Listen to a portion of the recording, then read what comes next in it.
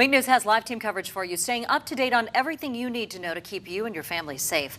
Let's head first to Week News anchor Lindsay Sablon, who has the latest details for us from Collier County. Good morning. Good morning, Jen and Rob.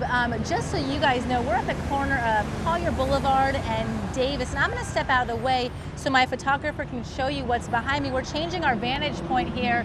This is one of the command centers where all of the crews are meeting and discussing what's happening, and it looked to be as if there was some kind of shift change maybe, or they're all meeting again, because just in the last 10 minutes I saw a half a dozen or so flatbeds that said Forest Service on the side of the cab, and if we can show them, they had those bulldozers on top of the flatbeds. Kind of a hard shot to see here just because we're across the intersection.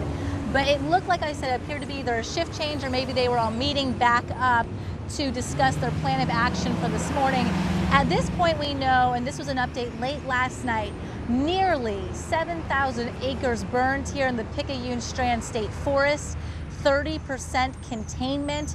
There are still 2 mandatory evacuation zones, those being Club Naples and Panther Walk. I can tell you, people who live in those areas are anxious to know what's going on because they keep coming right where I'm standing, taking pictures, trying to walk over to Beck Boulevard to get some idea of what's happening.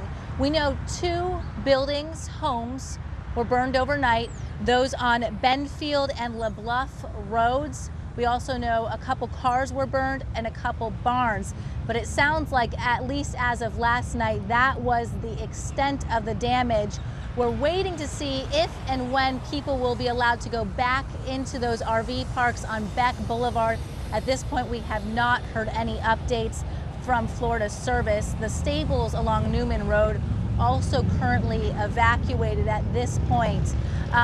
Air quality, we've been out here about 5 hours.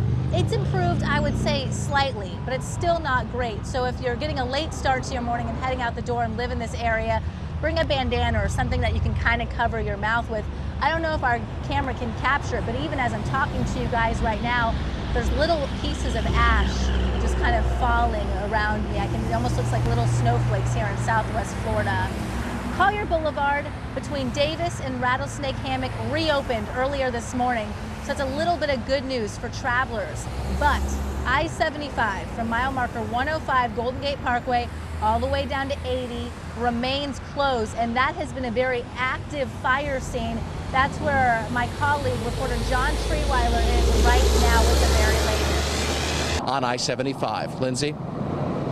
John, thanks so much. And I'm standing outside the picture because I was trying to show you guys a ladder that was up in the air right now. It was a ladder truck working to put out some flames. Unfortunately, literally, as John was tossing back to me, that ladder started to pull in. But as you can see in this shot here, look at the haze. Look at all of the smoke in this area. This is looking towards Picayune-Strand State Forest. And what you're also seeing is the roadblock on Beck Boulevard. They moved it back just a little bit because it appears that they have some cars kind of turning right as they head off of Beck. But right now, again, Beck Boulevard still is remaining closed. Fire crews, actually, obviously at this point, their main priority is to get this fire contained. Again, I want to talk about that containment. Last we heard was 30% containment. That just means that they've got the fire lines. We're just talking about with containment perimeter. That doesn't mean how much is put out. So at last night, it was 30%. We do know they have updated us that as far as causes go, they have ruled out lightning and prescribed burns. But of course, the investigation into what caused all of this will come after they can contain this, get it under control, get assessments into damage, and then they'll start investigating that. We keep talking about it all morning long. A huge factor in this massive fire is the weather and what's going to happen with that.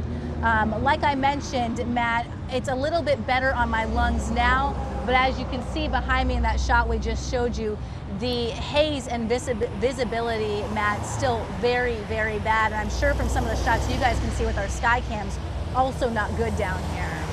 Yeah, absolutely.